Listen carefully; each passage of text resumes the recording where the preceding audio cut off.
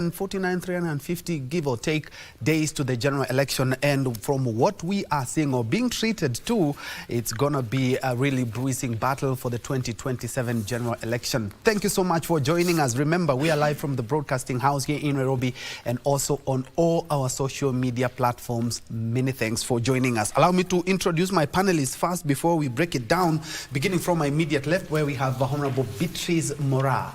Mora is not only in business, but she's also a governance expert. Karibu sana to the program. Thank you so much. Next to her, we have Masden Kibet. Kibet is a communication consultant and also a political analyst. Karibu sana Kibet. Asante sana. Just next to him, we have one of our regulars, Oscar Omondi. Oscar Omondi is a political analyst. He's also a university don, and many thanks indeed for joining us. Thank you very much, Troy, for having me. Sana, bwana. Yeah, it's been a long time since we shared this. It's been a while. Welcome. Perhaps to begin, yesterday we did see that the United Opposition had a meeting yesterday and pledging that they will only field one candidate. And we know very well, beginning from 92, where we had coalition, but unfortunately nothing much. We had 97, we had 2002, which was quite big when it came to coalition. But judging from what you have seen, Oscar, will the opposition, they are calling themselves the United Opposition, will they be able to weather the storm when it comes to a one presidential candidate? Somebody said that when you have nothing to do in an organization, call for a meeting. Yeah, there's no business. If there's no business or anything actionable, what do? You call for a meeting, just tell people that we sat there was a meeting. And the idea of, and I told you, it's long since I saw you, and the last time I was here, we were discussing about United Opposition meeting to say that they're going to field one candidate. How many times can they be meeting to say they're going to field one candidate? You know, it's 359 days to elections. Now United Opposition should come and tell you, Troy, we've decided on one candidate. But I know next week they will meet again and say, we are going to field one candidate. Okay, that is monotonous information that they've given us many times. It's boring information. How will 10 people meet and then the resolution of that, even you as a journalist, if you're sent by your media house to go and report them, you have the report. If you tell me United Opposition meeting today at Safari Park, and I've been sent from this station to go and check, I don't have to go, because I know they will say we are going to field one candidate. So nothing new, there was nothing new in that meeting. What was new in that meeting that I will tell you, that meeting, there was no Sifuna in that meeting, who is now the new kid on the block for the opposition politics, and the owner of the Murima, Agashago. The two were not there. And we know that from the look of things, if crowds are something to go by, those two have been pulling big crowds. Massive. The truth. But they were not there. We had Martha Karua, and we had Justin Muturi, and we had Eugene Wamalwa, and we had, who again? Matiang'i was there? Yes, Matiang'i was there. Matiang'i was there. And from the look of things, when those two misses, and that to me was a serious, crucial meeting, if that opposition is united. So you can tell me, I can tell you for a fact that the ununited opposition met yesterday and said for the almost millionth time that they will field one candidate. What can we use to say? The only time the opposition united to do something against government was only 1 year in the election. It was in 2002. 97, the opposition didn't unite, yes. Because, you know, when one Jindo Matiba comes back from London, says, let the people decide. And I think Wamunyoro is saying, let the people decide, because of the numbers. And when Matiba said that, then that was it. So we had Ford Kenya, and we had Jaramogi going his way, and Ford Asili, and you know what happened. Then it forced the influence and the support and everything of Raila Odinga, which did an ambush at Uhuru Park, pronouncing Kibaki Tosha.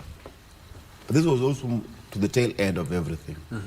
So for united opposition to be there, people must swallow their pride. But the person who has to swallow his pride is the person who has the highest influence.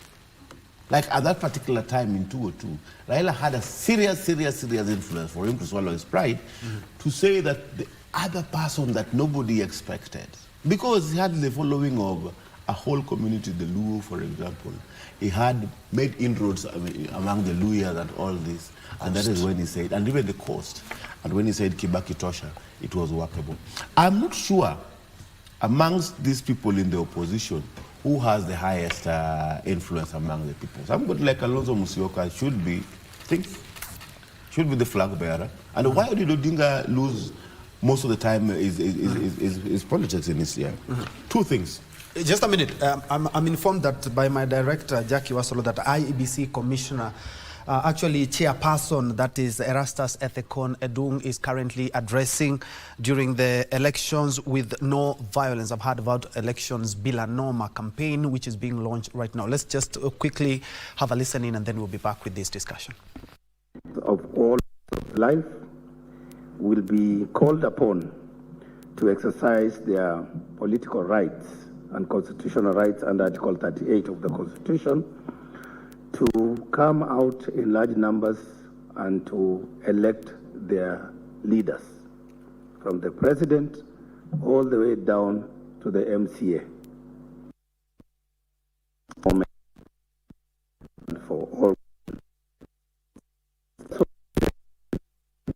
as we prepare for 2027 general elections, we have had many other elections in the Republic of Kenya. I think since independence, Kenya has been one of those republics that has never failed to hold a general. I know for others, I would say some elections of 1992, 97, up to date. But I don't remember the one of 1988 and beyond. Maybe the chief guest, I'm sure he was there. But the country has a record of being one of those countries that has successfully held elections throughout the course of our democratization and democratic journey as we build our nation.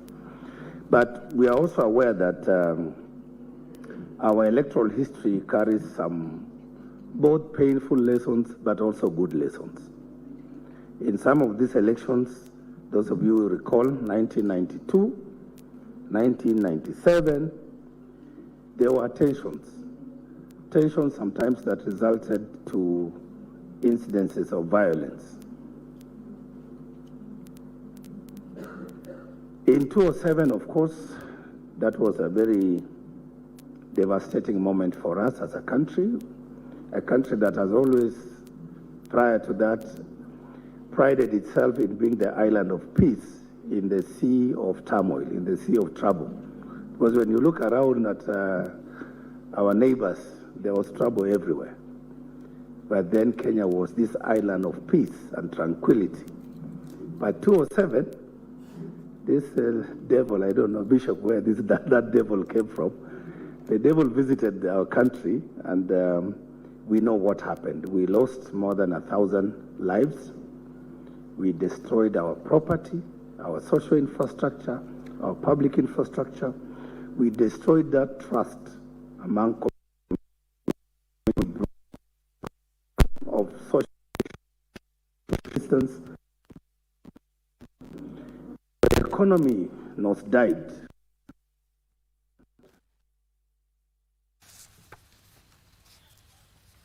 Allow me to apologize for that technical hitch in regards to the signal. That has been Erastus Edung Ethekon there addressing during the elections with no violence launched by the National Cohesion and Integration Commission, that is NNCIC, and we'll be getting a little bit more of that a little bit later. My colleague Timothy Kipnusu is on it, but without diluting anything, he's talking about the election preparedness, which we also be talking about here, and talks about let's not degenerate to 2007. There was the immense loss of both lives and property, and we really don't want to go back there. But let's be very honest, from the drum rolls that we are hearing, allow me to go back to my panelists.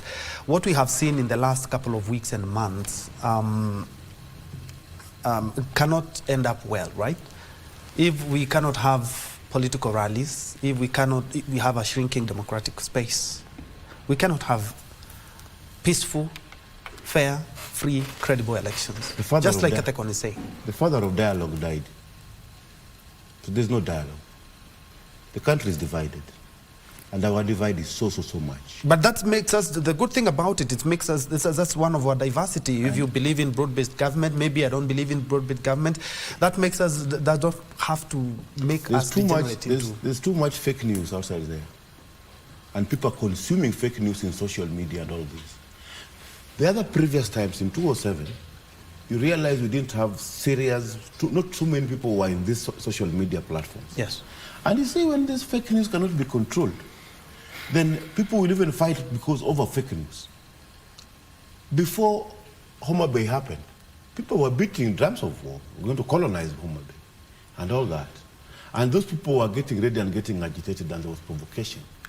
And these things are happening. You know very well, where is Linda Mwananchi going next? They're going to Meru, in place. And in Meru, Kindiki is usually struggling to consolidate that part, the eastern. So he might not allow Linda Mwananchi to be there with the Mwangaza, and there might be still violence. That's really an accusation. What do you mean? Kindiki will not allow? You know, Gladys Wanga. I think we are free to move any place and also. Gladys Wanga was also trying to cut her space. There's a time that was mentioned about Gladys Wanga being a running mate to President William Ruto, but she's shown that she's very strong. Whatever, politics and this violence is just politics by other means. And she's put in a very strong fight for her space in Homa Bay. Kindiki has been in Meru or in Embu area trying to put a very strong position about the Mount Kenya East. And Ruku, is saying that Mount Kenya East is not part of it. And this rhetoric that has been going on. And now Linda Mwananchi wants to go and provoke. And you see, the time Linda Mwananchi tried going to Murima, the Gachagua told them, no, Murima, you don't touch Murima. And you know what happened to the bodyguard, to the driver of Kirungu Kangata before he tow line. For him to tow line to where he is now, Irungu Kangata governor, is because there was violence on him. When your driver gets shot, okay. I think we've started on a very heated note. Okay. But the question is, and I would like allow me actually to engage Marsden in regards to the united opposition, and what exactly Rasta Sethekon, who is the chair of IEBC, has said. He has reminded us of 2007, and he cannot be talking about 2007 if he hasn't seen the political drums getting beaten so hard. Thank you so much for giving me this opportunity. I've liked what the chairman of IBC has launched, the Bilanoma campaign. Yes.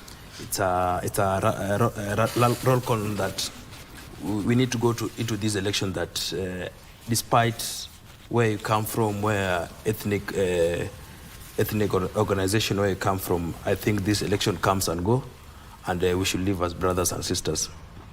And the united oppositions have always been on this chest-thumping war about we are going to win this coming election, and if you look at the ideological perspective, they don't have any ideas to give to the common Mwananchi about issue by issue or actors by action by action what they're going to do.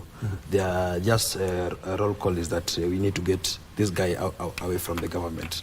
And given that they've said that they are going to use a scientific method to choose their one united presidential leader, and each one of them going outside to their supporters, they always say that they have presidential ambitions. It means that everybody are selfish to their interest, in that they don't want to give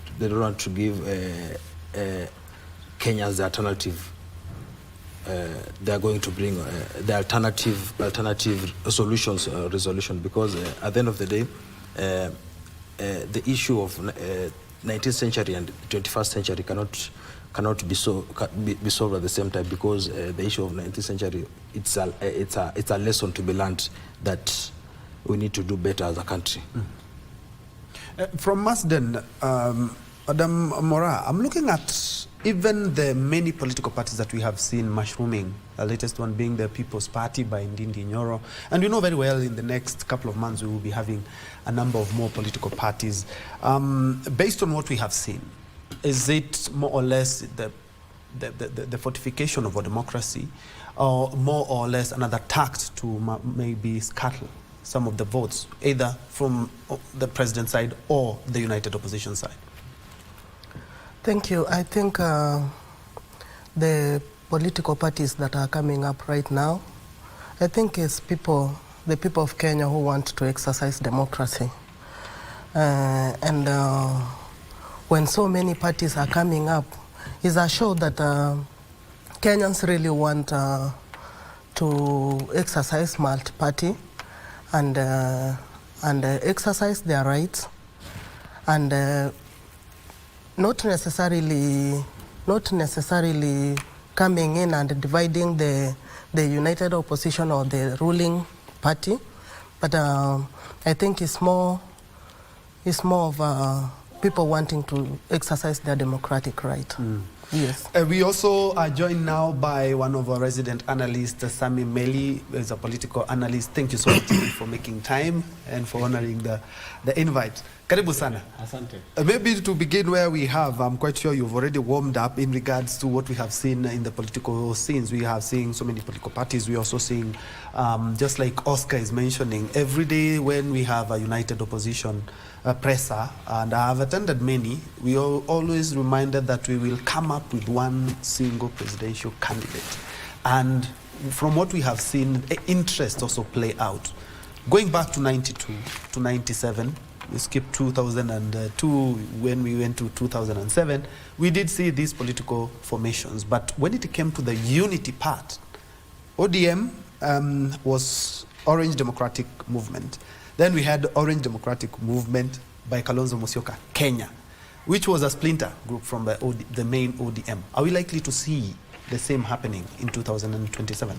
Thank you very much, Ben Troy. I'm glad to join you. Yesterday it was my birthday. Oh, happy birthday. How old are you?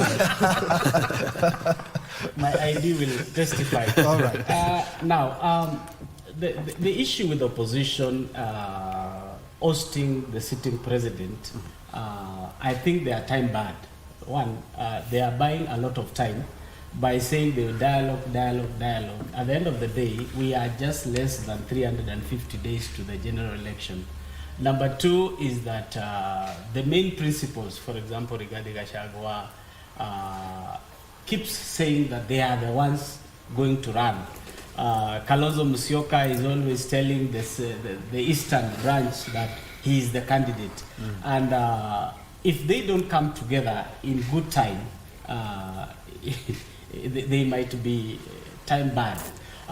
Number two, beating the track record of President William Ruto will be very difficult for them if they don't come up with a serious agenda. Kenyans are not just after getting Ruto out. They want to know what is their plan.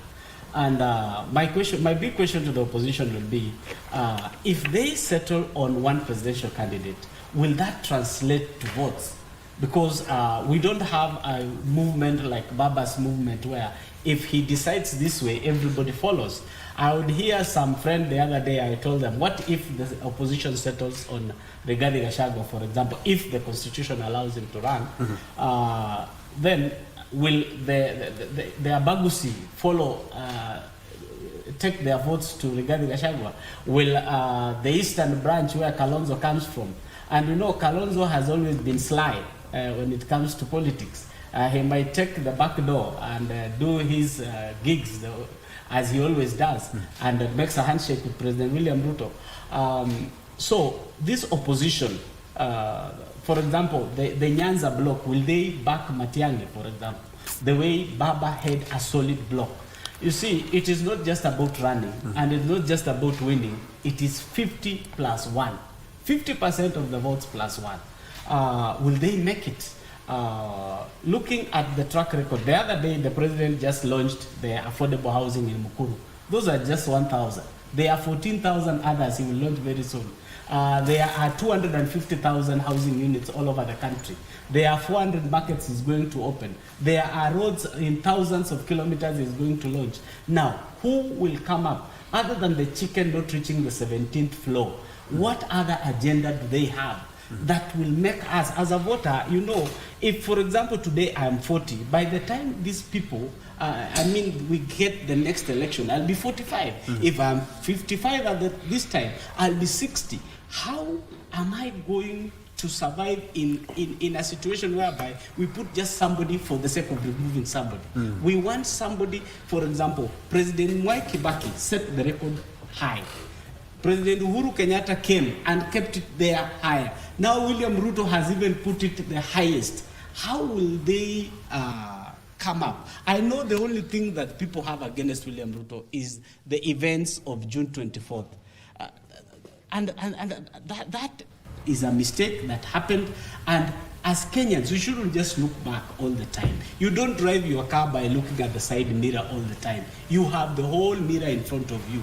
Are we going to improve SHA? Are we going to ensure that we have more 100,000 teachers being employed? Are we going to ensure that we have hundreds of thousands of kilometers of roads being made?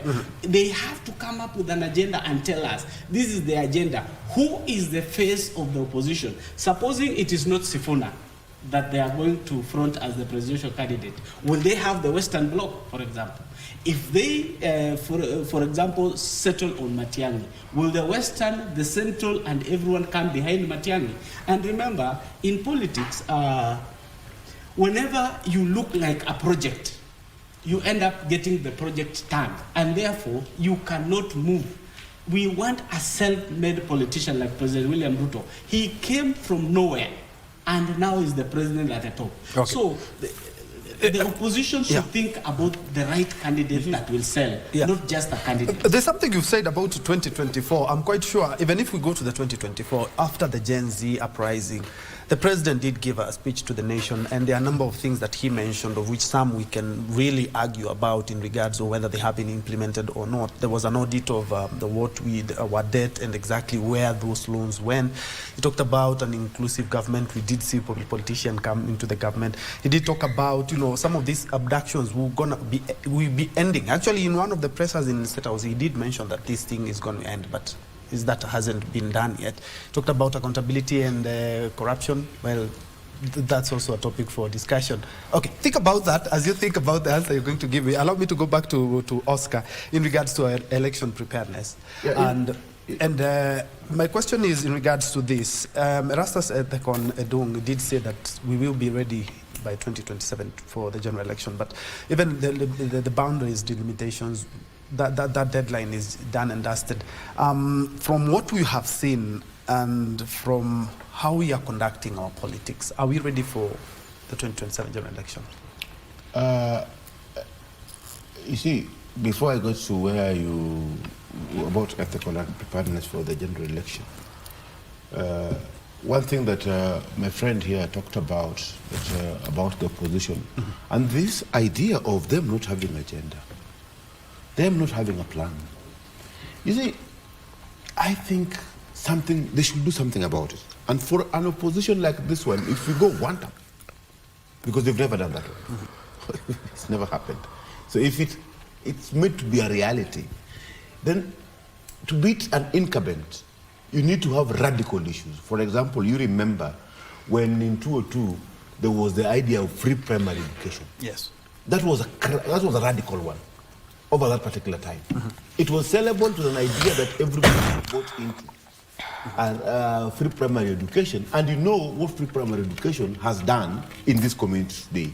Even the young people that you see, most of them have a problem because our education, many people got an education because of that idea of the free primary education. It was implemented. Probably not well, but it was implemented, the free primary education that we've had. And it was a radical move to beat an incumbent. So the government by that time had no big idea, like whatever the opposition, the Mwai Kibaki and Raila after declaring the Kibaki Tosha. But they also had a very big radical agenda that was going to change, shift. And it changed, shift, and people listened to it. For this particular opposition, most of the time they talk about removing of SHA to reintroduce NHIF. My goodness. NHIF had 8 million people in its record. 8 million. 80 million people in NHIF. With a population of 60 million. SHA Oscar, are you saying that has 30 million, almost 30 for the purpose million. of this, are you saying there are no challenges in SHA? There are no? Are no challenges in SHA? Oh, yeah, we can't address challenges. There are challenges, yes. Let's be very honest. Kenya is watching. I'll give you a practical example of what I did myself. I've gone to use the SHA and it worked. And I didn't get to know how much I should be paying. I've not known how much I should be paying, but I've already been treated. Are you saying there are no challenges in the health system? There are many challenges in any system. You've just told We are talking about the health system. You've just told us our viewers that there were technical challenges in ethical. So challenges are always everywhere. I can the viewers excuse you. Yeah. Because there are technical challenges. You get me right? But we can fix our technical challenges within 2 minutes. We cannot fix SHA in a day. That, Oscar, your mic is not working. It's a technical challenge.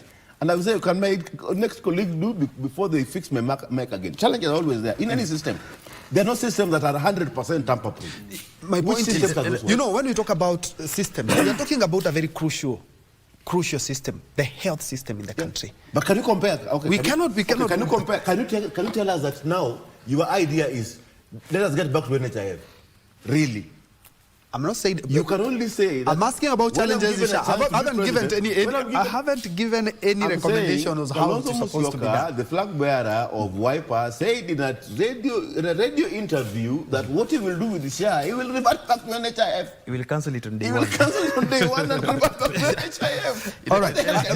Let's go back to the election. Let's go back to the election because of the interest of time as well. That is equivalent to what we have in London. Oscar, I would want us to be very categorical that there are challenges and how we can deal with them. But away from the health challenges, my point is on now election preparedness. Your point is election preparedness. Yes. I think the IBs that we have today, based on how they've done the by-election and based on their preparedness and the fact that there was one thing when we discussed with you again 5-6 months ago about IEBC when it was put in place, I told you that the first thing, IBC needs to win trust of our people. Because the previous IBCs were thrown out of office because they were not trustworthy. You know, the Sakasana committee, Kivuitu committee and all this, they were thrown out because of lack of accountability and lack of trust amongst the people. I think this one currently has the trust of the people.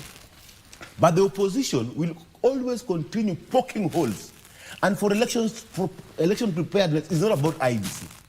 It's about the society. For example, issues to do with violence. You know, IBC might not have the prerequisite systems to put in place ideas of dealing with violence because we have other institutions that work around it. We have NSIC, we have things like DCI, other institutions that help IBC to work. And IBC did a meeting like 3 weeks ago where they put in a multi-sectoral system to help deal with some of these things.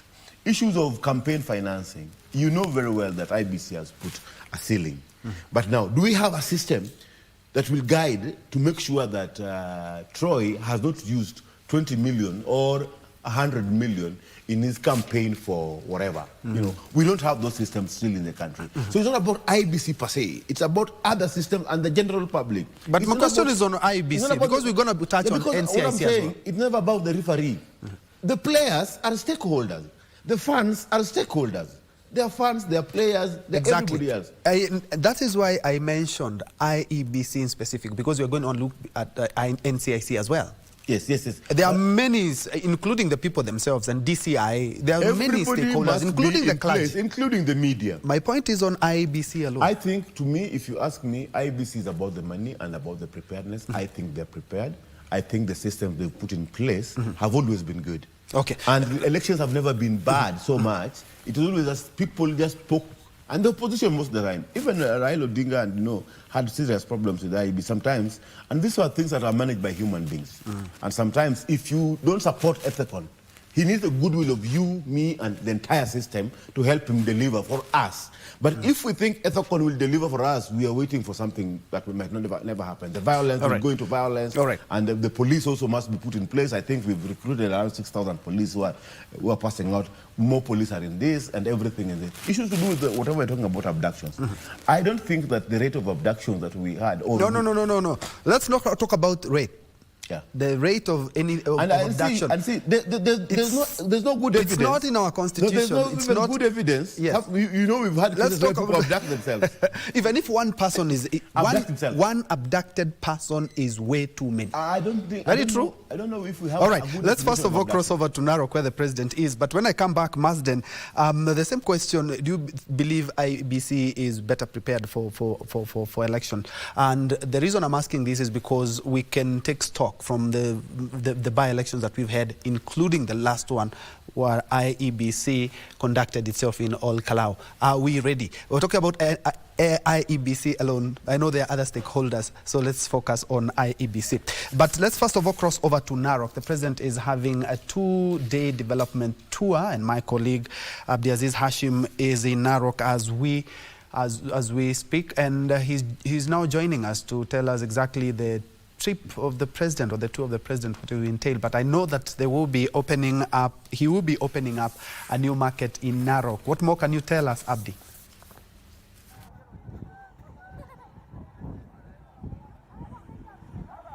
Well, thank you so much, and good morning to you too. Indeed, Bentro and Njue there in our studios. We're coming to you live from Ololunga here in Narok County, where the president today has already kick-started his, of course, developmental tour of this particular region at the Olokurto, and he's currently launching the Enengitia Oluposimori Road in Narok North. That is where the president has kick-started his 2-day tour here in Narok County. Remember, this is a crucial government initiative, with the president clearly stating just the other day that the government is focusing to build over 28,000 kilometers across the country. With that particular trajectory has started here in Narok County, where we're currently at here in Ololunga. Also, the people of Ololunga will be getting a road that will be linking them, as well as the people of Iwasonyiro Road. Now, this road that we're currently, of course, it is a dusty one, but it is being mended by this particular administration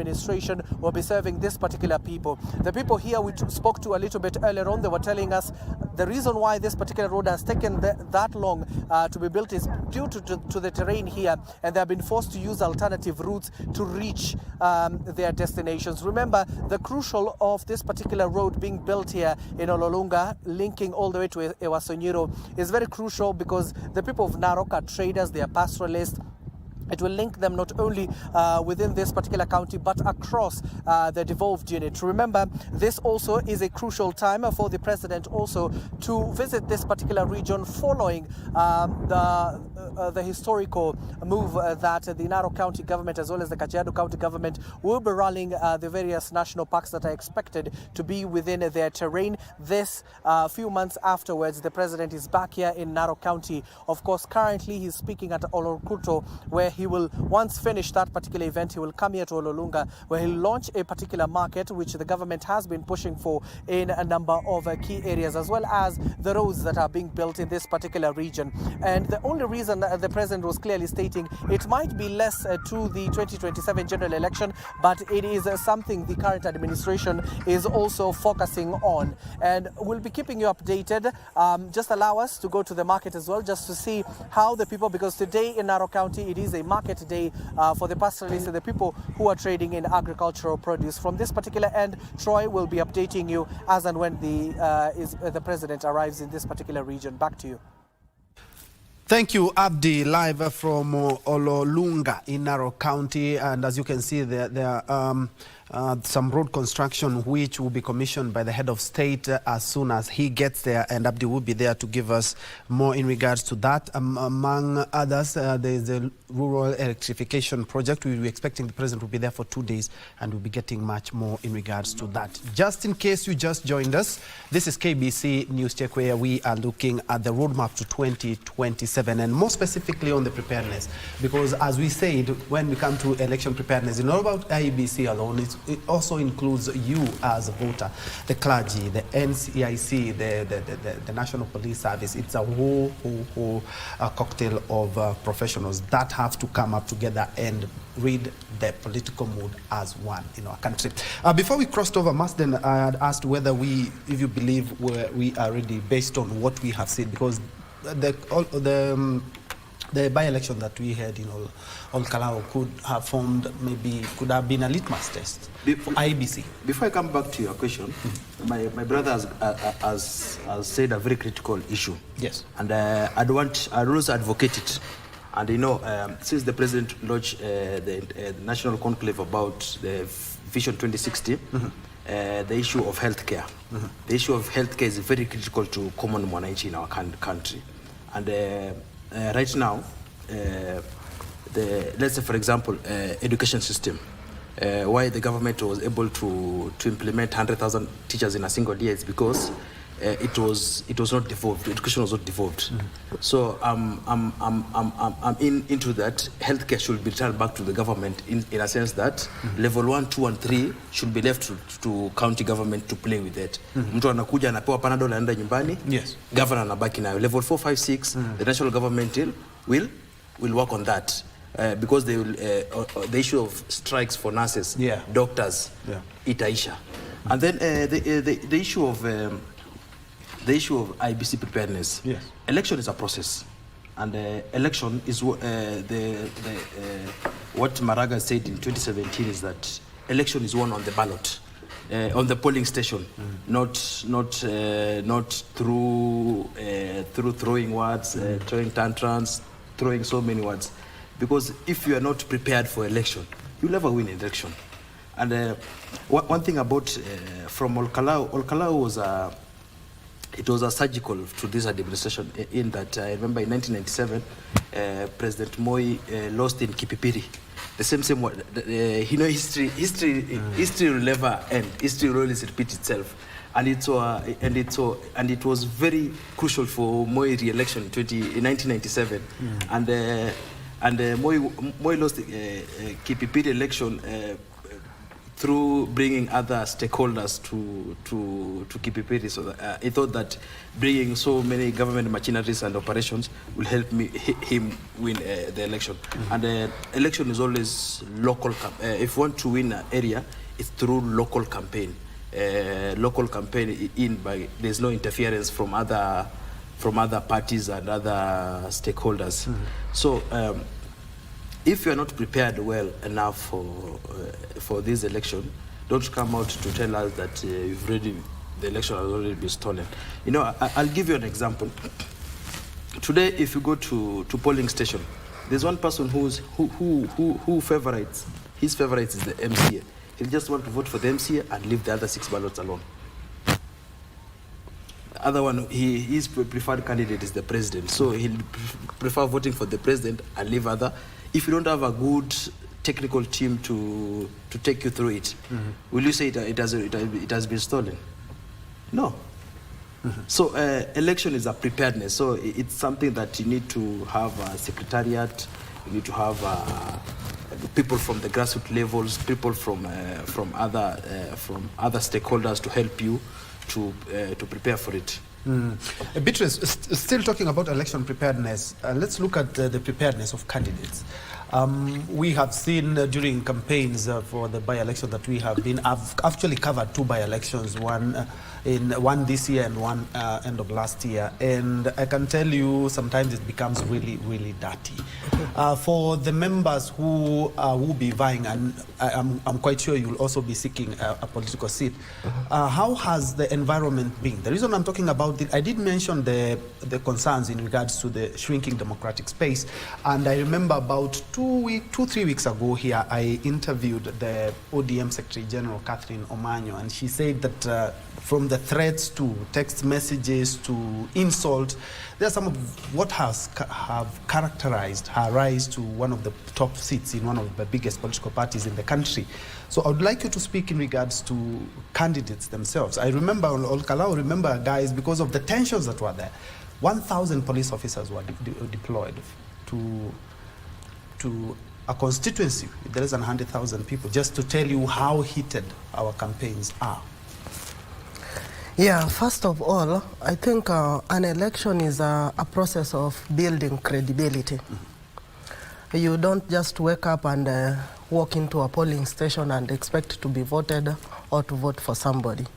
Candidates have a timeline whereby they prepare, whereby they process their credibility and talk to the voters, talk to their people, arrange the grassroots, and get their visibility being seen all over. You just don't wake up in the morning and say, now 2027 is coming. Like we have just said, we have less than 350 days to an election.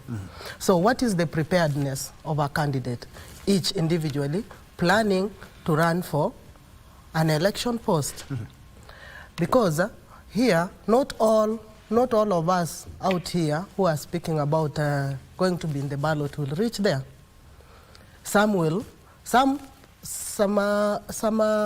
people, I can say, they can come and say, I'm a candidate for such and such a position, I want to vie, because you've heard that somebody else wants to vie from the same place. Other candidates can buy other candidates to go and be a stumbling block for others. So it all depends. But at the end of the day, the people, the grassroots, when you go to the grassroots and organize your people, talk to the people, be seen, and then as we approach now the 2027 elections, before we even go to IBC, before we forward our papers to IBC, who are these people who are going to reach the ballot? I can talk about women more especially. Yes. We are having an issue right now, and I'm worried about how we are going to achieve this two-third gender rule because of the violence that we are seeing across the country, and more especially targeting the women candidates. And this has brought a lot of fear for the women. By the time we reach 2027, I'm so afraid that most of us are going to shy away because of fear of intimidation, one, fear of the winsome, fear of the unknown, because you saw what happened not just in Homa Bay, but it has been happening all over. Most women have been targeted, and you can even end up losing your life. So I was posing a question. What normally happens even when wounds attack women? Given that in politics, women are perceived to be a weaker gender that is supposed to be favored. So where does it reach a point when somebody decides to hurt a woman who is fighting for a democratic space? It is really not going down well with the women, and most of the women who are intending to vie are not going to vie. And even when you look at the political parties in Kenya right now, the women themselves, they don't have the spaces within the tables that make decisions. Why? Because maybe the party doesn't feel like women can be part of the decision making. which is also now derailing and making most women to shy away from this vying for political positions in our democratic space. Yeah, so I guess that we really need to address this issue of violence, and more especially violence in politics for women. Yes. And maybe it's a good thing that you've ever vied for a political seat from that time. And when you look at the political environment that we are in right now, which one would you say is better? Are we stepping in the right direction, or are we retrogressing? Actually, it's worse. It is even getting worse. Because even from before, there was not so much that violence than it is today. I think in 2017, 2022 was a bit heated, but we didn't experience so much violence like the one we are experiencing right now. The kind of violence that we are experiencing is people are bitter. I don't know why there's a lot of bitterness amongst ourselves, amongst the people, amongst parties. Right now, we have a sitting president, all right? And in 2027, we are going to an election. Why don't these other parties, campaign, sell their agenda, and we wait for 2027? Because, you see, we cannot fight as if we don't have a sitting president. We already have a sitting president, and we have a country that is running.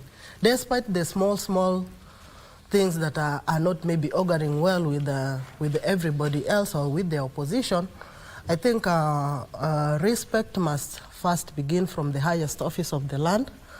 And through that, I guess we can have respect even for amongst ourselves. Melly, allow me to also rope you in this discussion in regards to what we are talking about, the election preparedness. Let's look at one of the agencies that is involved in election preparedness, and that's the security agency. And more or less in Kenya, we're talking about the National Police Service. And somebody who has been on the spot for a number of days or a couple of days has been the Interior Cabinet Secretary, Onesmus Kipchumba Murkomen, in regards to what we have been talking about for the last couple of months, that is Gunism. And his statement did not augur well with Kenya when he said that if police have told you there are goons there, why are you going there? This is one of the major stakeholders in matters election. And just as Mora has mentioned, when it comes to 2022 and 2027, and we are not in the election yet, it seems to be a little bit more heated than in 2022. And we are not even, we have about 300 days to election. I usually say, mjenga nchi ni mwananchi, na mbomoa nchi ni mwananchi. The buck stops with us as citizens. It's not always the police. What is our But they have a role to play. What is our role? We are making the police have a difficulty in performing their duties. For example, if we have to ask them questions, we ransack them when they are performing their duties. You see, and again, we bring the cameras to where they are doing their duties, and we even, forgive me for saying, bastardize them, especially when they are performing the duties. We should know that the National Police Service has several branches. We have the DCI, who do not wear uniform, NSIS, who do not wear uniform, and then the regular police, who wear uniforms at specific times. Now, if a police officer is performing their duties and we interfere with the performance of those duties, we are already breaking the law. Because where your right begins is where also mine begins. Where yours ends is where also mine ends. And therefore, we should have a distinct way of dealing with rogue police officers, because we have IPOA to deal with that. In case there is any issue, we have the police stations to report. Why do we make sure, for example, look at during the demonstrations, a police officer is rightfully on duty They are not there to defend the government. The National Police Service has existed since independence. There's no police service that belongs to Moi government. There's no police service that belongs to Kibaki. There's no police service that belongs to Uhuru. And there is no police service that belongs to President William Ruto. The National Police Service is national in nature, and they perform their functions to protect us, to make sure that there is law and order. And whenever you see them coming, maybe they have a tip-off that there is going to be some law breakers within that sector. They are usually there to maintain law and order. And without them, you may not even enjoy those rights you want to enjoy. For example, if the goons were to attack your rally, and you are the ones who are already on microphones and saying, your police officer atoke hapo. And then what if something happens? Then you blame the National Police Service. Now, coming to the Cabinet Secretary. Yes. Cabinet Secretary is there on policy issues.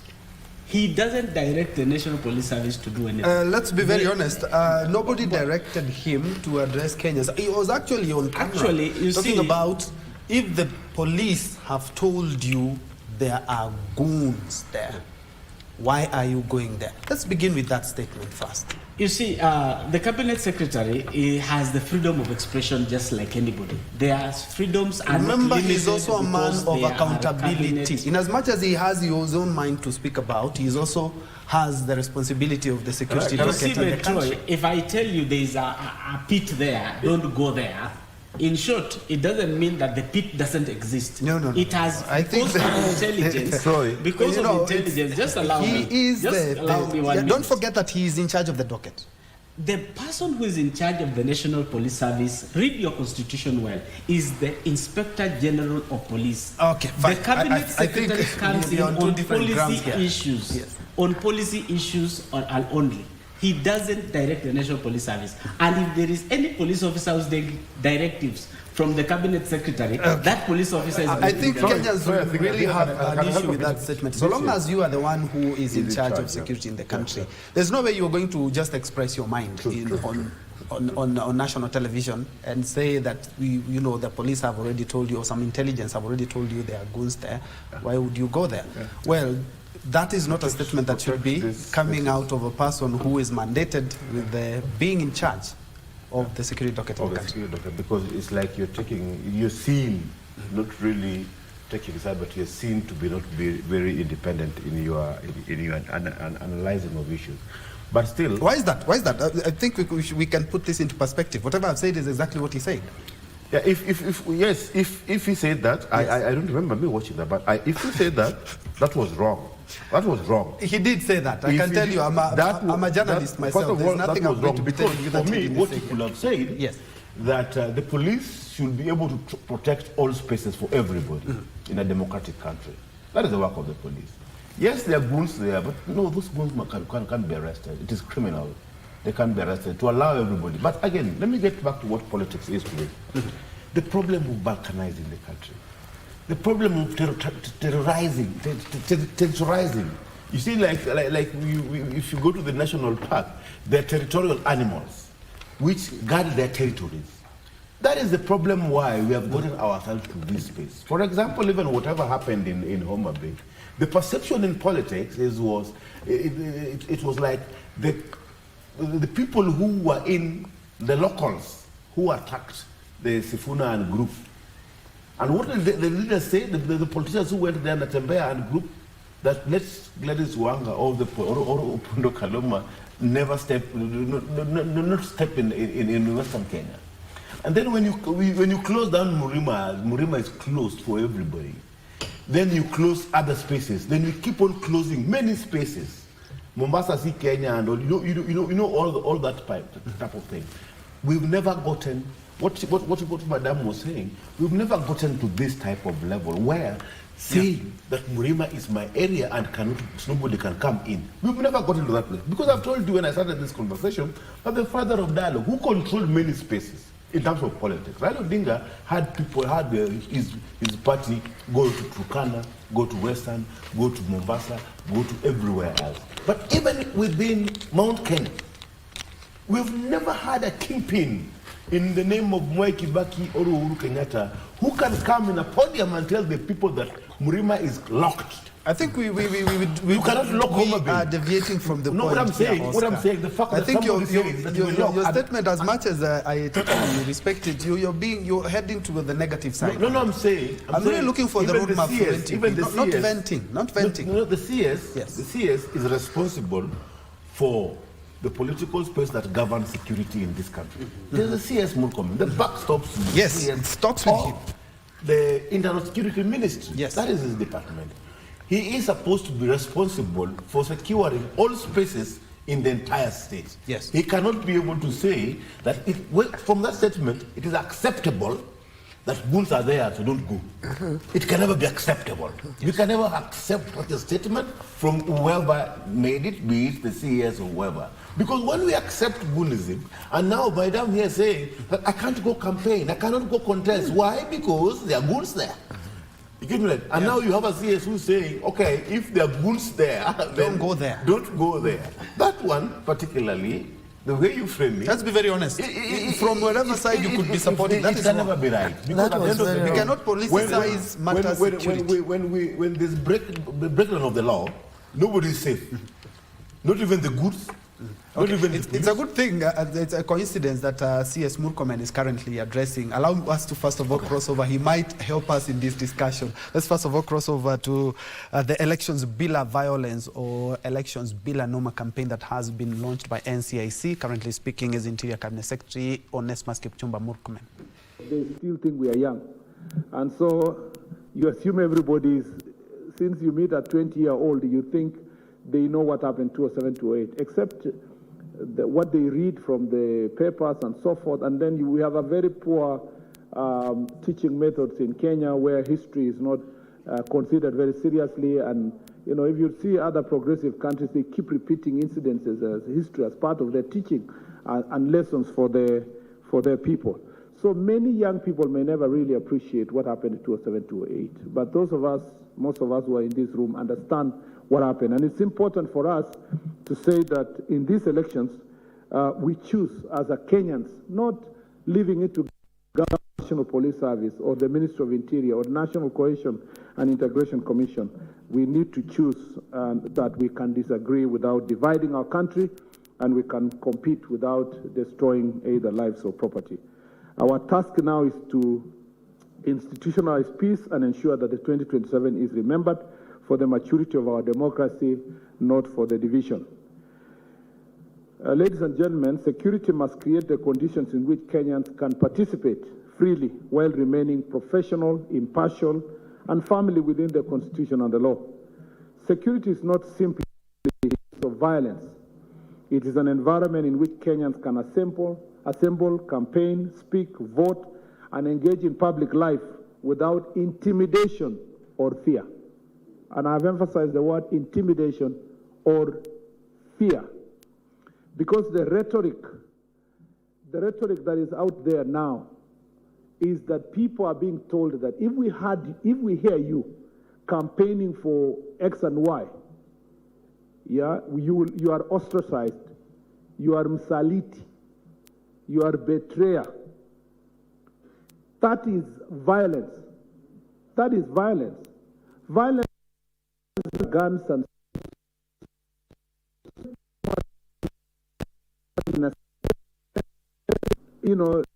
community or locality. I cannot talk about. Apologies again for that technical hitch. We really needed to hear what Interior Cabinet Secretary Onesmus Kipchumba Murkomen is saying in that launch of Elections Bila Violence or Elections Bila Noma. Remember, this is a campaign that has been devised by NCIC, and it will be looking at making our elections 2027 more peaceful. Just like even my panelists have observed, that the political temperatures are a little bit higher than even they were in the year 2022. And that is a discussion that we are having here, just in case you joined us, at the roadmap to 2027, bearing in mind we have less than 350 days to the next general election, and we are just trying to see whether everything is in place, and especially when it comes to the election preparedness. Again, remember, election is, as we said, it's not only a process, but it also encompasses a lot of stakeholders when it comes to matters preparation, NCIC, IEBC, the security forces, and also you as a voter as well. So we need to make our democratic space more viable for anyone who wants to vie, and I'm glad that Madam Mora, you did point out that in 2022 general election, and comparing to 2027, and mark you that we have not really opened the doors to the campaign yet, but we are seeing things that we didn't see in 2027. But perhaps to Kibet, to point out what maybe we've been able to gather from the Interior Cabinet Secretary. They are talking about, yes, in as much as we are also campaigning, and you can move to any part of the country, you know, calling names, Msaliti, you know, calling people, that's also a form of violence. Yes, violence doesn't have to be, and Madam Mora will tell you that violence doesn't have to be physical. Yes. And we have seen a lot of cracks in our campaigns.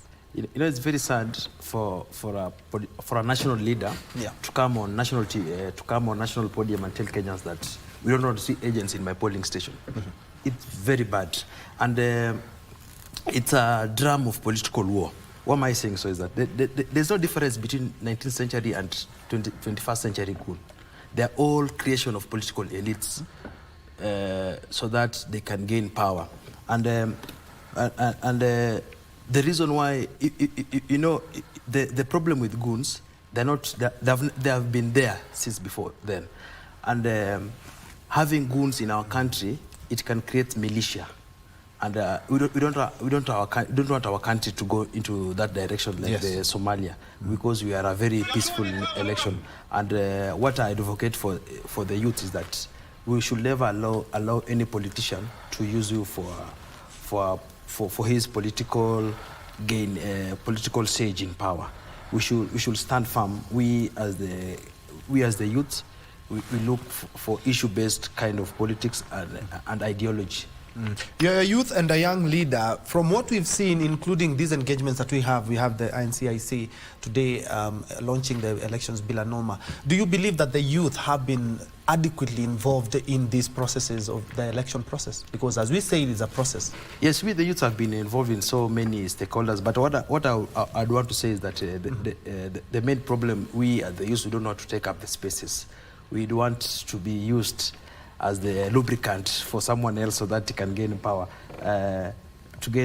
So the Bill and Norma campaign, it's a good initiative. It resonates to common mwananchi.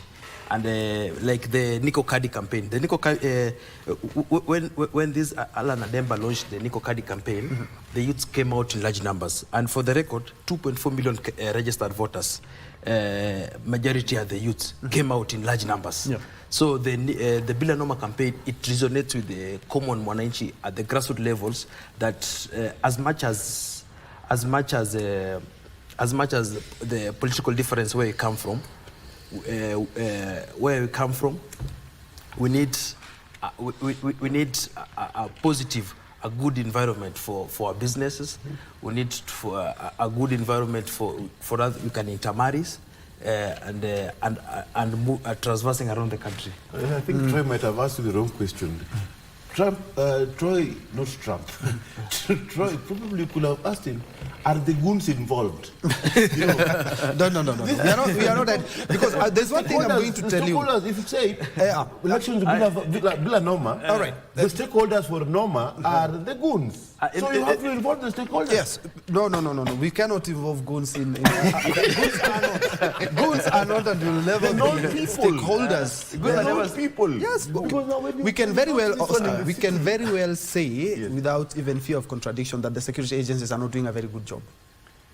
Let's be very honest. When it comes to the goonism, the security agencies are not doing a very good job. And it's not Troy, Kenyans talking about this. Let me say one thing is that the issue of goons, all political difference, political stakeholders, they have goons. You'll find Gachagua has his own militia. Yeah, these words are so strong. Let's just say, as I'm telling you, there's no politician, there's no political player in our country doesn't have goons. Okay. Yes. Yeah. All right.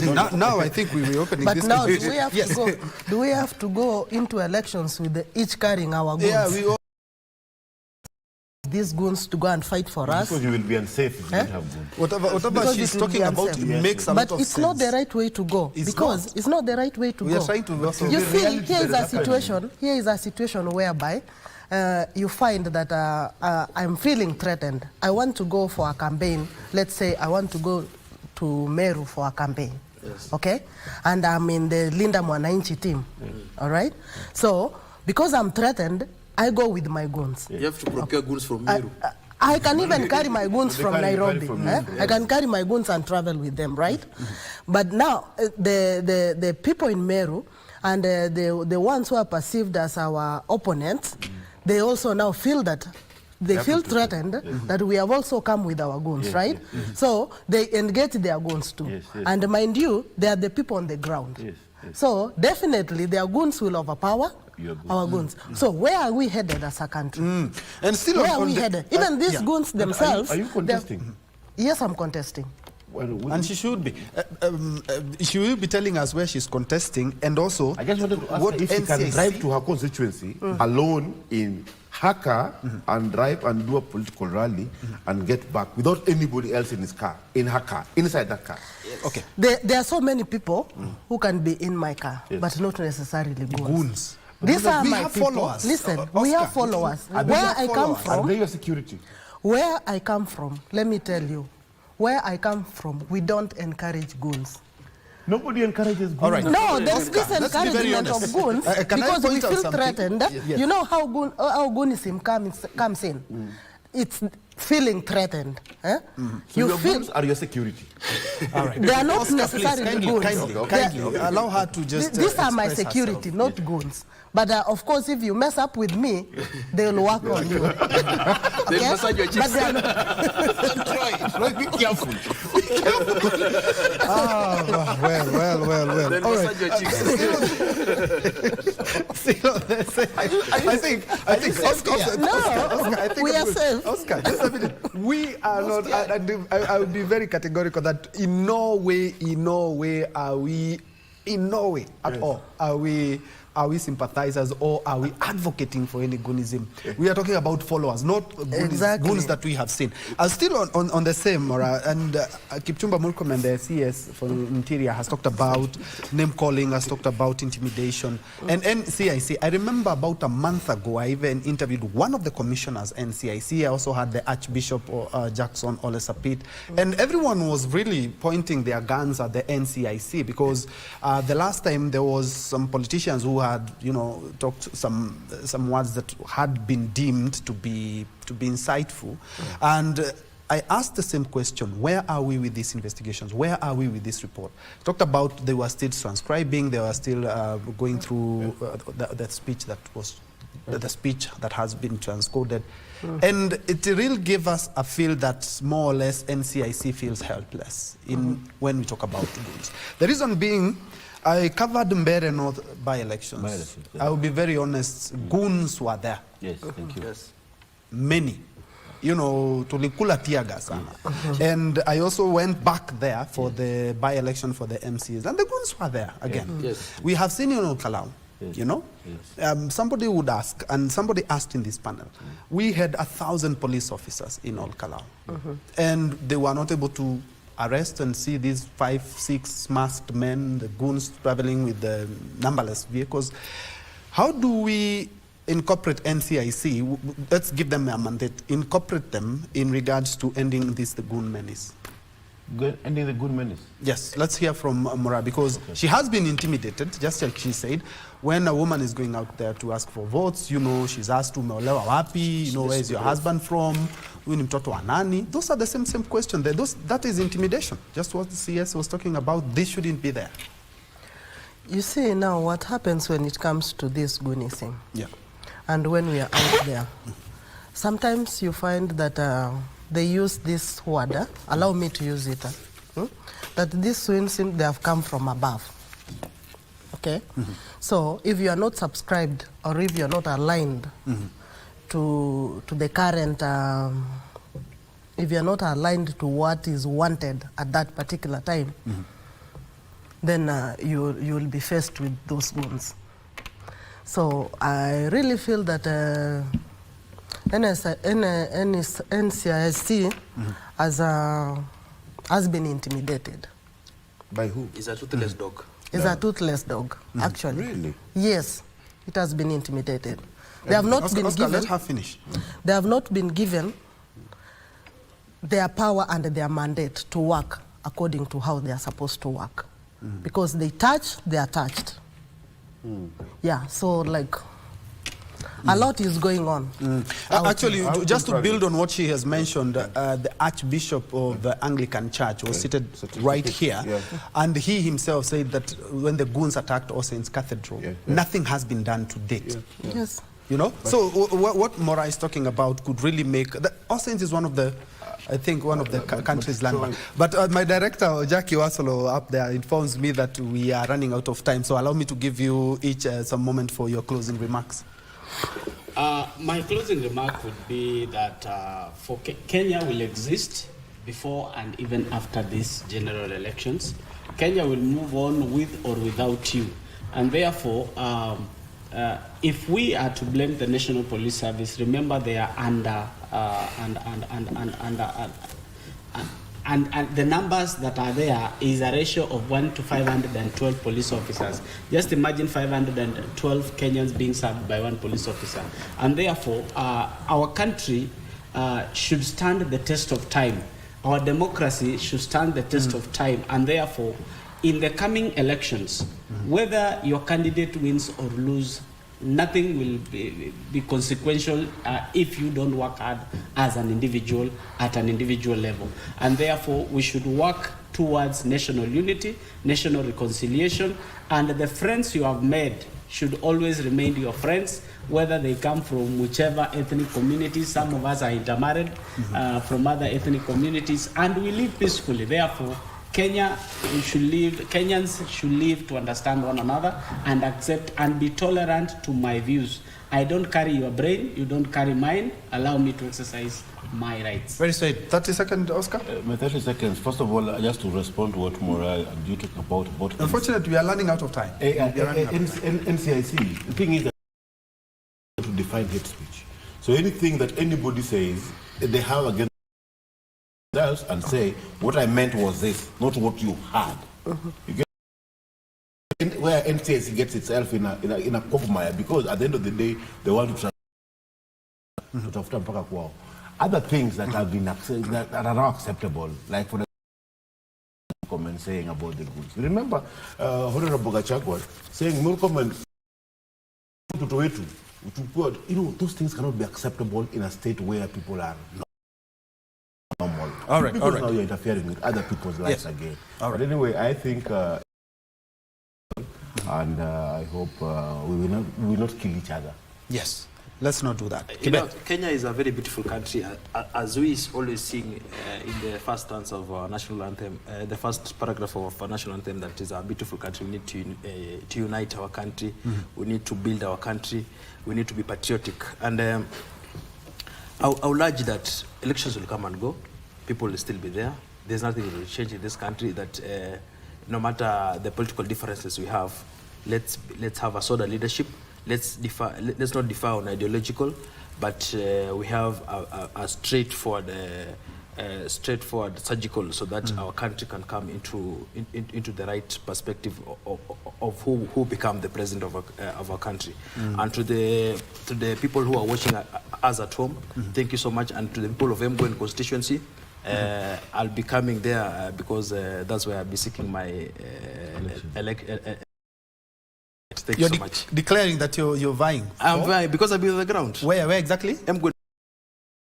All right. That's a young person who has said live on air that he will be going for that top seat despite what has been happening in the country. Let's finish with Madam Mora.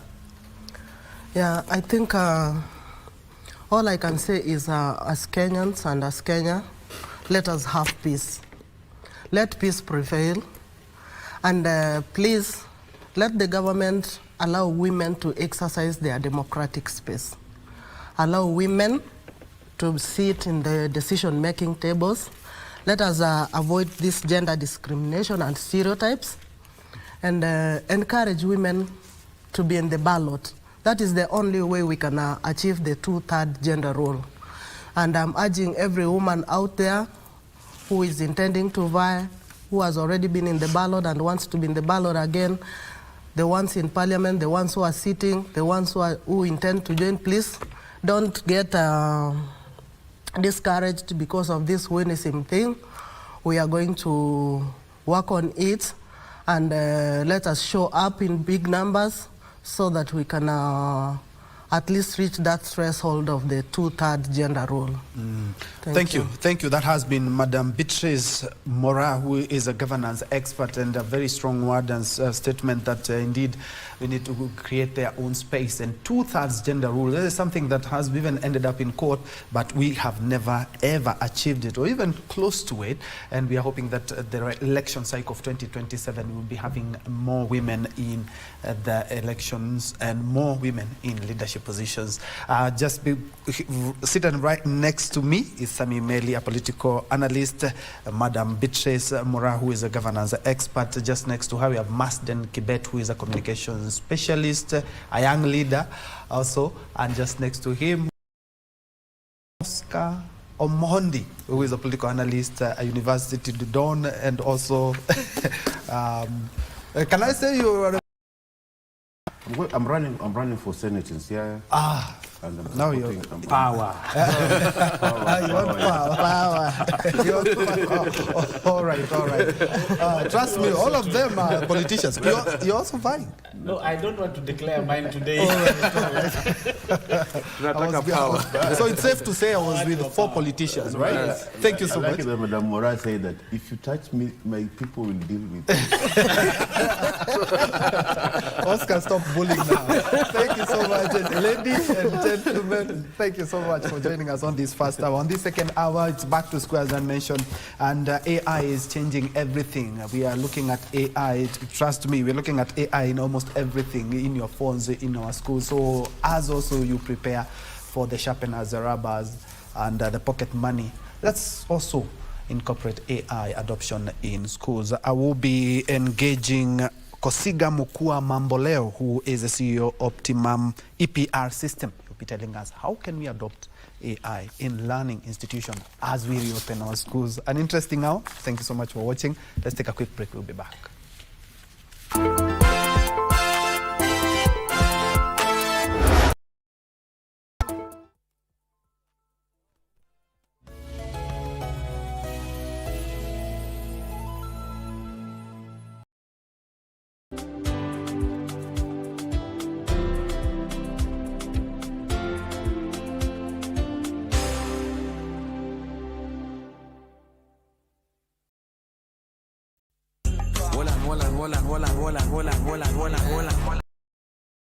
Kutokea saa 1:30 mpaka saa 4 kamili kamilifu ya Afrika Mashariki. Tunaitwa The Big Story, tunachanua what happened, amefanya nini na nani. Kando na mziki mzuri wa Afrika Big Story, pia nawaletea mastaa tofauti kutoka Kenya, Rwanda, Burundi, yani ukanda mzima. Nakumbuka pia mtandao, yani social media platforms, that is X, na hashtag ni ile tu, hashtag wa Kubwa mix kali kutoka kwa DJ Kuch, muziki iliyotamba inazidi kutamba na ambayo tunatambaliza zaidi. Exactly, and as always msei sawa, lazima tuwapatie burudani.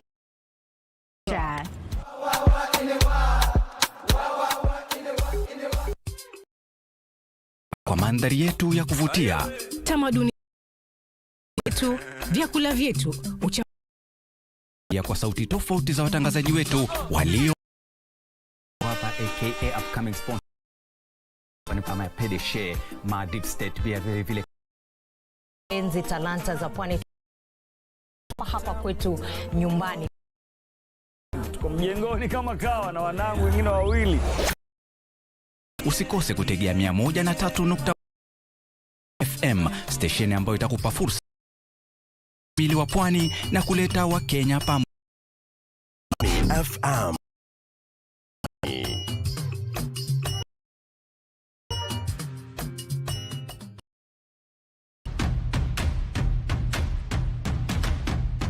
Lights on, volume up. This is where stories come alive. From local drama that hits close to home. Alinivamia akiwa na vijana wengine wawili. Toka nje. Mimi nyumba yako yote ni porojo. To international series everyone's talking about. Stories that pull you in. Characters you won't forget. Stop complaining and just get out of here. Go now, go. We turn up the volume with music that moves, showcases rising stars and bring the beat straight to your living room.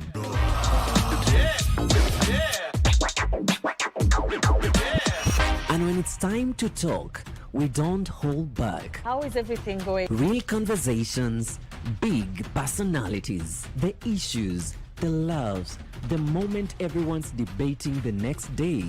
Every show, every night, different voices, one destination. This is television that feels alive, unpredictable, and missable. Makeup, hairstyle, but there are no cameras focusing on bench players. Louis, please be a human. He needs to be roughed up some. Then again, if Ake weren't in a bad state of mind, we wouldn't have lost. Yes. So what then? They made it to the finals? That's not right. No. The national finals? In their dreams. They disrespected me. I will teach all of them a lesson. There is something called karma. You too.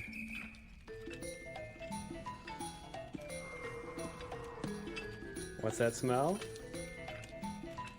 Dummy. Overly dramatic.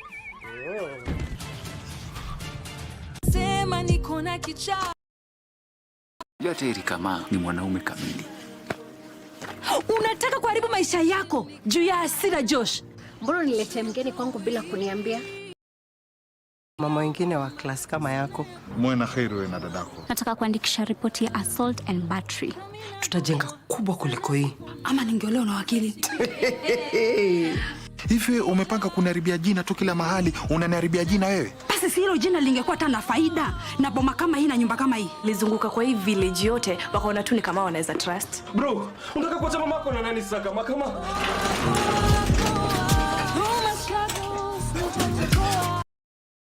Pige, alafu nikutupe nje. Mimi na wewe. Ngoja. Ngoja. Nusuwe ni compare tena na Mandy. Usiwahi kunipazia sauti tena. Na usiwahi kunithreaten na maneno ya kuondoka pia hapa tena.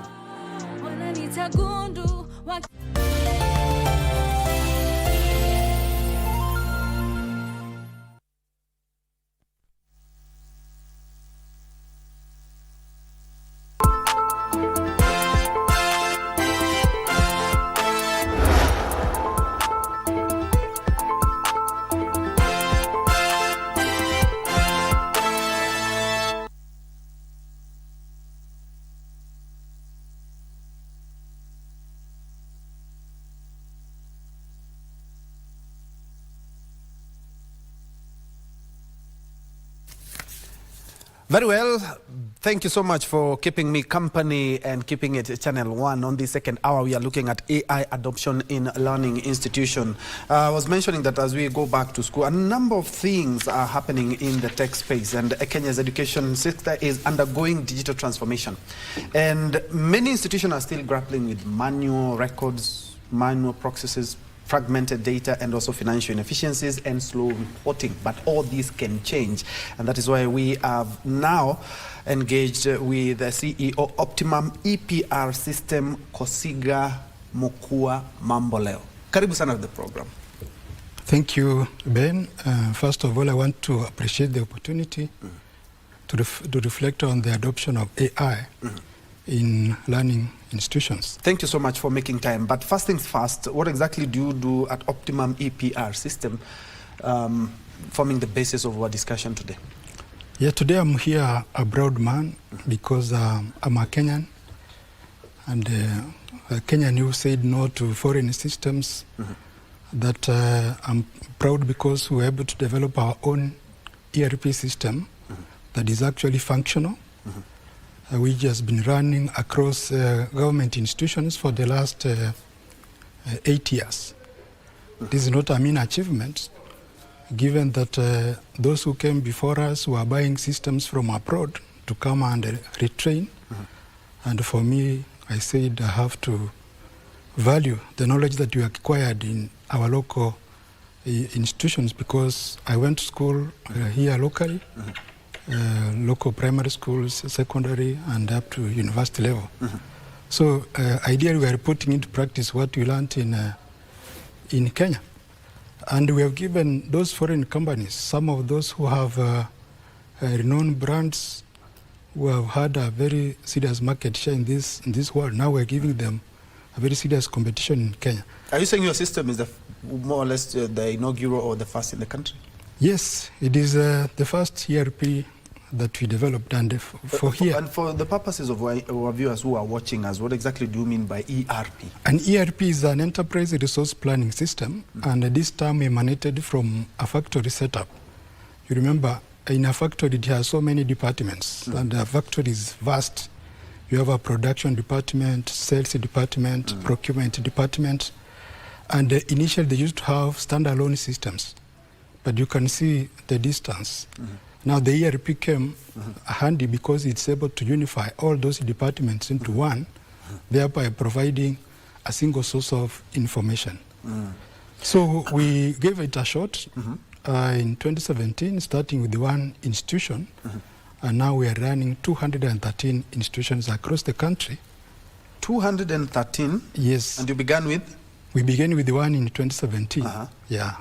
That's an astronomical growth in what, like 8 years? It is actually exponential, and it also tells you about the quality of the ERP system, because you have not dropped a single client. All right, exactly what do you do, the ERP systems, in regards to integration of AI in learning institutions? Yeah, before I answer that question, first of all, I wanted to tell you that the initial stages, we developed a system that combines or connects the departments, admissions, finance, procurement, exams, HR, and ETC, all those departments that exist in an institution. And we are in an era of big data. And you see, big data means voluminous information. Now the challenge became, how can we be able to retrieve the information that we have already stored in our database? The traditional method required that you document lengthy procedures, which you'll be required to memorize. For you to retrieve a certain information, then you must cram certain steps on how you are going to follow. Now, this year, we're able to develop our own AI, which now we embedded on our flagship project we call Ultimate ERP, where it provides a flexibility for any user who wants to access information from the system without going through the lengthy procedures. That if you don't even want to type, because it's just a chatbot, if you don't want to type, you can just even talk and ask it to give information. You can tell it, give me a statement of Ben, financial statement of Ben, by giving it just the admission number, then it generates. If I want your credentials, I can just talk to it, then it generates it in real time. Traditionally, it's required that you have to log in and just go through the lengthy procedures for you to get that. And remember now, the modern user requires things that are done simple but accurate. So, and we're also moving with the contemporary world. That's why we came up with our own AI. But I believe today we are going to look at the AI in a broader perspective, because it's not only happening in education, but education just provides a foundation.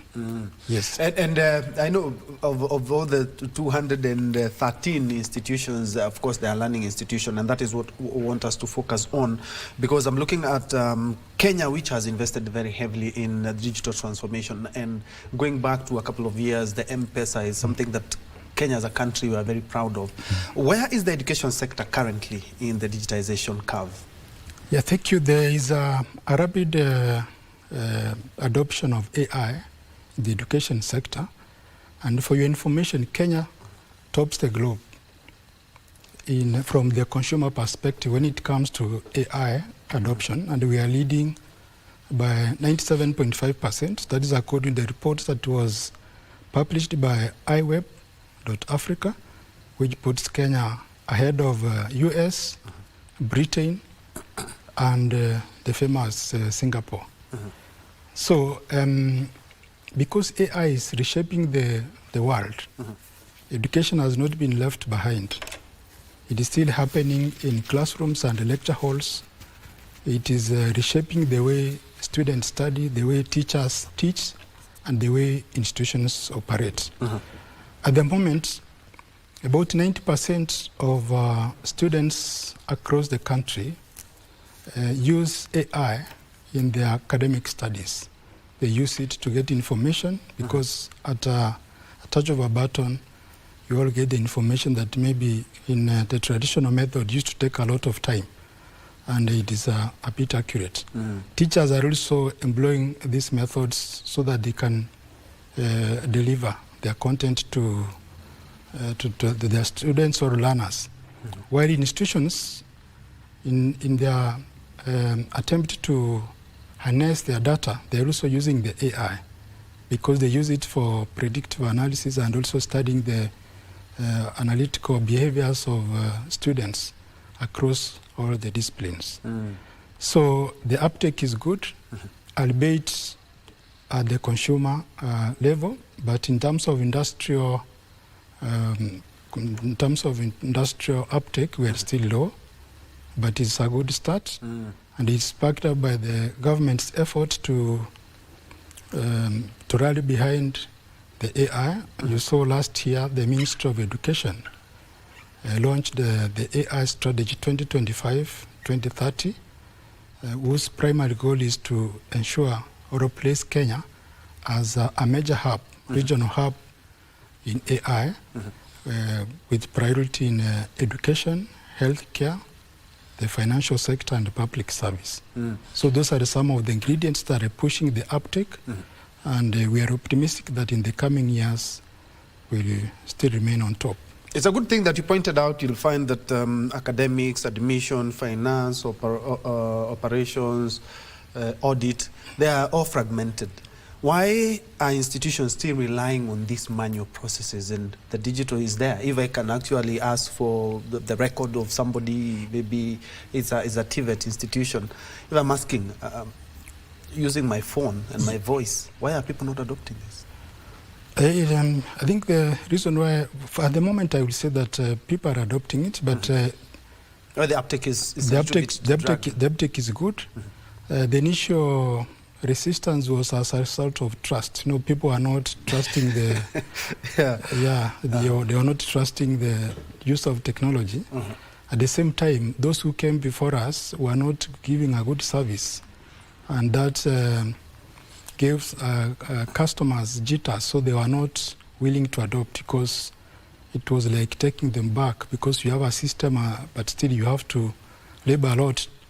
Instead of the system working for you, now you're the one to work on the system to give you the results. But from my perspective, and looking at the numbers that are behind me, it tells you that we have a solution that is working. And for those maybe who are not aware, I'm sure through this platform now they are going to pick up. Yes, and the good thing that we're going to tell them how exactly and why it is important, because as we need to cross over to Musalia Mudavadi, but will you tell us what happens if an institution, the finance, academic, administration, and HR, they operate separately? What happens, and why should all these systems be merged together? But first things first, yes, we have been looking at election preparedness earlier on, and as I mentioned, there is a workshop in regards to that. That is the launch of the NCIC program, Elections Bila Normal, Elections Without Violence, that is currently happening in Nairobi. And the Prime Cabinet Secretary, who is the chief guest, is currently addressing. Let's first of all cross over.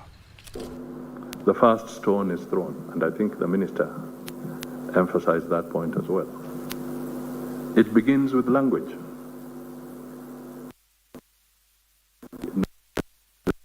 Attempt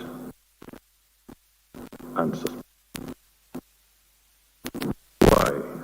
Peace must be built in ordinary places as much as it is protected in national institutions.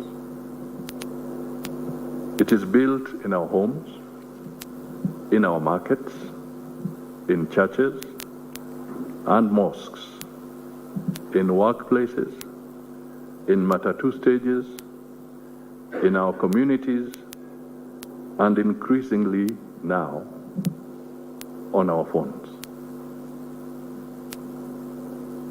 Every Kenyan, therefore, has a role to play.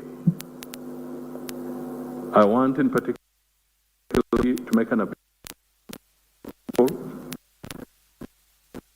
not haters.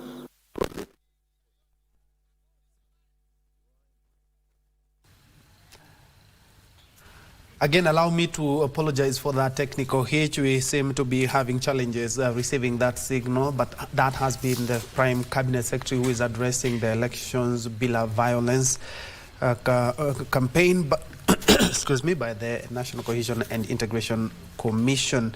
And one thing I've been able to pick up that every Kenya has a right and a role to play when it comes to election matters, including keeping the peace, just as we mentioned in our earlier discussion. And we go back to studio where I'm interviewing Kosiga Mokua Mamboleo, who is the CEO of Optimum ERP systems, and we are trying to just see how these ERP systems can be integrated into learning institution. It's a back-to-school week, and this, from what we have been able to cover in the last couple of minutes, is that these systems, the more integrated they are, the better for an institution, and technology is enabling that. And they're one of the guys who are also enabling this. I'd mentioned earlier on, before we went for that live interview, what happens to an institutions where you find that finance, academic, admissions, HR operate in totally separate systems? Yeah, what happens in that case, it means that you are not going to get the same results cutting across, because I want to give you an example. If you have the same students in finance, the same students in admissions, the same students in exams, and you maintain those separate registers, it tells you that you are going to do a lot of work. When they are fragmented, they give you a lot of, you have to labor a lot for you to get the information. But now, when they run from a single database, it means that you only need to have a unique identifier.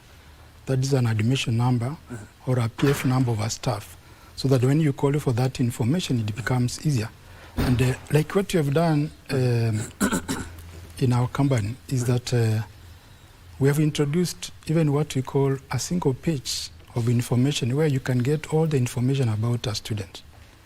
That if this student reported in January, for instance, in one page you'll be able to see when did he report, how much was he billed, how did he perform in that particular term, and what is the current status. So just in one page. Including maybe if he has any discipline issues, can you be able to see as well? Yeah, including any disciplinary information that has taken place. So it will also show that in one page, instead of going to ask for that report from the dean, you also go to exams, you go to finance, you see now you combine it into one. Yes. More importantly again is a case of an institution of higher learning, where a student can be supported by various sponsors. For example, he gets help from CDF, Higher Education Loans Board, the parent is paying. This system can still be able to combine all those into one to analyze the student, so that it can be able to advise us that this student is financed by maybe self, or a greater portion of the financing comes from sponsors. You know, because in this era, data is very critical, because it is what we use in making decisions. That's why it's important that all this information is had in one single database. Like in our company, that's what we do, where we have synchronized all departments into one. We don't have several systems linking into another system. The only area that we have done an external linkage is between us and the bank, because when students pay at the bank, we fetch that information and update the records of the students. We also try to comply with the government regulations when it comes to e-citizen.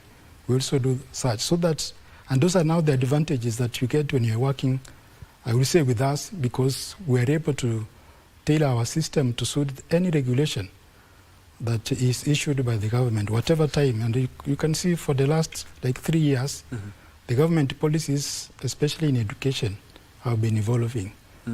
You saw we moved from, we moved to modularized curriculum, which requires that a student can study for 1 term, then if he's not able to continue, maybe financially is low, he can go look for funds, but at least he can use the result that he obtained in the first term, so that he can go and look for a job.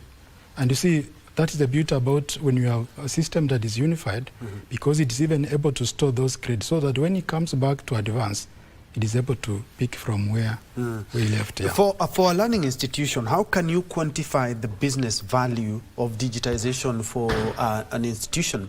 The reason is because I'm quite sure there is the initial cost first. So for a learning institution, how will they, see the savings, or when do they see the savings, or where do their savings come from? Yeah, the savings would be the savings would accrue from the efficiency, because now it will take the short time, and unfortunately, the manpower, because you are going to save on the recurrent cost on employees, because now the system will take fewer people compared to when you're operating manually. You see, in the long term, that is a saving. But I usually say that the best return on investment is the satisfaction on the side of the client, because these institutions are serving their clients. The feedback they get from the clients that they serve is very important, because it has to be positive, because they are also competing in terms of enrollment. So that is how that benefit is accrued. And of course, look at the regulations. In the past, we used to, financial reporting was done on 30th of September. Now the government reduced the period to 31st of August. You see, now when you have a system in place, it makes sure that now you are able to comply. Compliance becomes easier, and so those are the benefits that you accrue as a result of the investment on the ERP. At the same time, a system, the revolution is disruptive. So if you don't comply with the advancement in technology, then it means you'll be rendered obsolete. You'll not be able to gain a competitive advantage in the same sector. Yeah, and I'm also looking at the costs. And other than the cost, and maybe, let's say I've just spent a couple of thousands or millions to get that, and that's behind me, should we be worried about job losses? Because just like we said, the fragmentation of audit, accounts, all the departments, there were people who were manning these desks. Sure. But now I have the latest ultimate ERP, which is now going to maybe wipe out some of these jobs? Unfortunately. Should we be worried? Unfortunately, yes. Yes. But what I usually say is that when you have a workforce, then it means that you are multi-talented. Some of these people, instead of laying them off, you have to deploy them elsewhere, where they can also become useful. And we have seen that happen, that in institutions where we have implemented, no one has been sent home because just a system has arrived, but they have been deployed. Because you realize that without a system, people are meant to do things that they are not supposed to be doing. They are doing more bookkeeping or record keeping instead of being strategic. Now the system will free them and give them space so that now they can be a bit strategic instead of being tactical and operational. Now, I'm looking at an education system, and back in our day, we didn't even have computers when I was in high school. But now we have computers that store the data. This computer can maybe store the data of every student in my school. Financial records, you know, staff, academics, you know, discipline. How secure is this data? Yeah, data is secure. And remember, the country has made significant strides. Our primary framework is the Data Protection Act of 2019, CAP 411. And Office of the Data Protection Commission is the one that has been charged with the responsibility of enforcing this.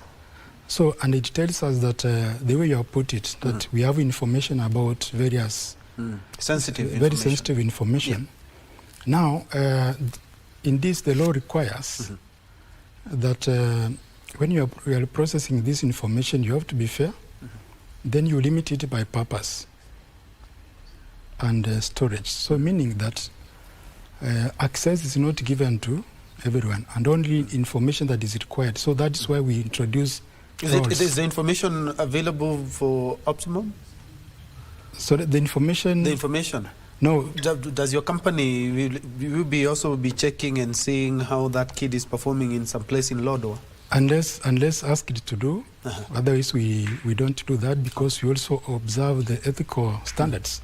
Ours is just to provide the solution. We only come on board when we are required to do maybe an operation or an issue that requires our support.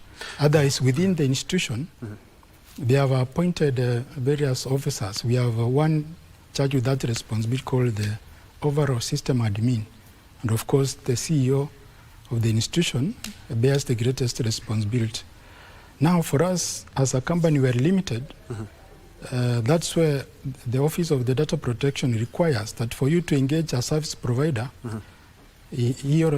that organization must be registered with ODBC as a data processor and as a data controller.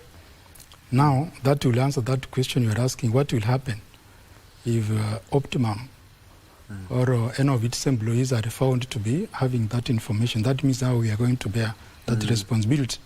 And that's why we are saying that only if we are asked, and in most cases, these requisitions are done in writing. If the institution wants us to do an operation, they write it to us and give us a reason why they want us to go to that extent. Yeah, I've seen in some institutions or some instances where you even need a court order to do that. But what happens if an institution system is hacked? We have seen several cases of hacking. I was speaking to one of the managers in Safaricom and telling me they receive millions of cyber threats every day. So what happens if an institution system is perhaps hacked by somebody from outside? Yeah, thank you, Ben, for bringing out that issue. And I usually say that all over the world, no system is secure.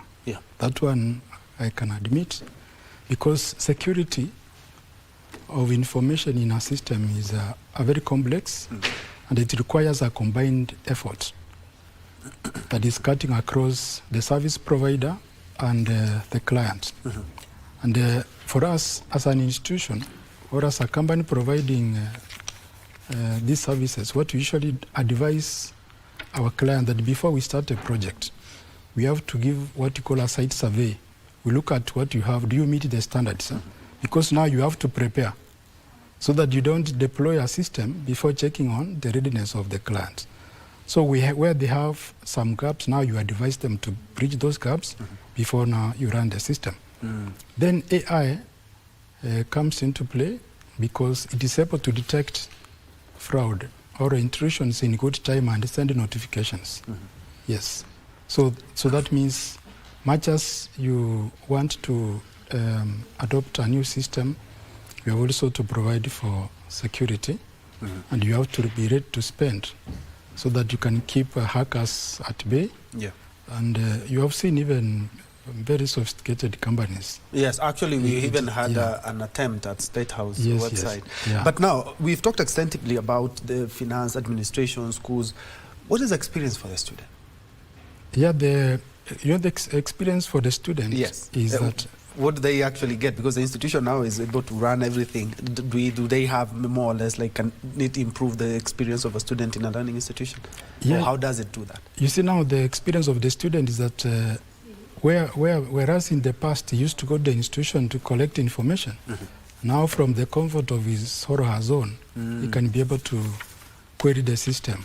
I can even see how I performed in 1996 when I was in Form 1. Yes, as long as that data is available, you can be able to query it from your smartphone and get the result. And those who don't have smartphones, we also provided push technologies where we can be able to send the results into their phones through SMS, so that they are not, that technology, the digital divide, does not affect them, so that at least we balance to bridge that inequality gap. All right, I'm informed that we've run out of time. I'll just give you some minutes to just conclude your remarks in regards to how we can be able to not only adopt this, but it be a game changer. Talking about 213 institutions in a span of 8 years, I'm looking at in another 8 years having more or less like 8,000 or 10,000 institutions.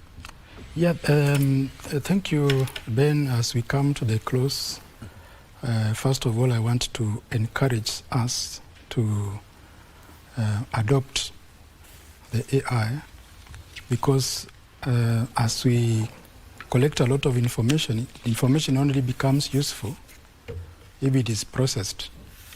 And when it becomes voluminous, it becomes very difficult for us to retrieve it. And that's why we are upgrading every now and again.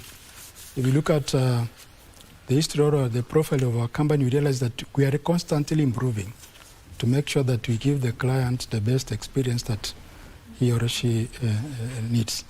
So mine is to advise institutions to embrace AI in training, so that they incorporate it in their technical training, to offer learners or students the practical or the smart skills that they need, so that they can be ready for the labor market. And together, we're going to build this and make Kenya a better place. And a digital space. Yes, yeah. I'm so glad that you guys are also helping out in the digital tech world, looking at where we are. In Africa, we are among the leaders in the continent. And when it comes to even things I mentioned earlier, like M-Pesa, we are really proud of these things. So the better systems, we also need to also look at also the challenges that come with it, which is also affecting the whole world. Thank you so much. Kosiga Mukua Mamboleo, who is the CEO, Optimum ERP Systems. They are telling us how we can adopt not only AI but technology in learning institutions. It's back to school. Well, I believe you have taken one or two from our discussion that will also be able to help not only your institution digitize, but also a good experience for the student who is at the center of it all. That marks the end of News Check this morning. Thank you so much for watching. My name is Njue. Earlier on, we had Susan Thuku. Now we have Anne Wangeshi on the sign language interpretation. I'm now giving the baton to the Swahili desk. I can see my colleague Kasichana Masha on the other side of the studio for Kurunzi Mashinani and Tamrini. Let's continue this conversation on our social media platform. Do have a good afternoon up ahead. See you at 1 p.m.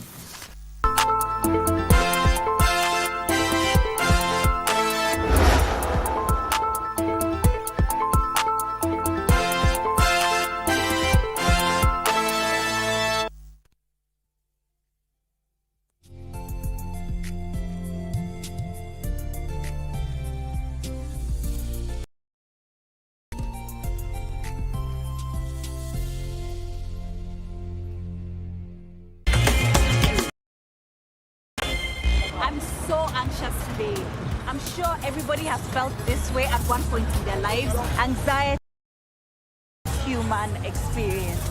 But what if it starts to make you unwell? You cannot cope with work and it's interfering with your life. It's being normal anxiety and it requires to be addressed.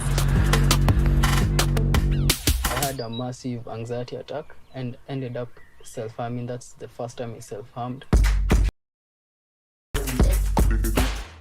I'm a mental health advocate, I'm an artist, I'm a musician, but I'm passionate about mental health advocacy.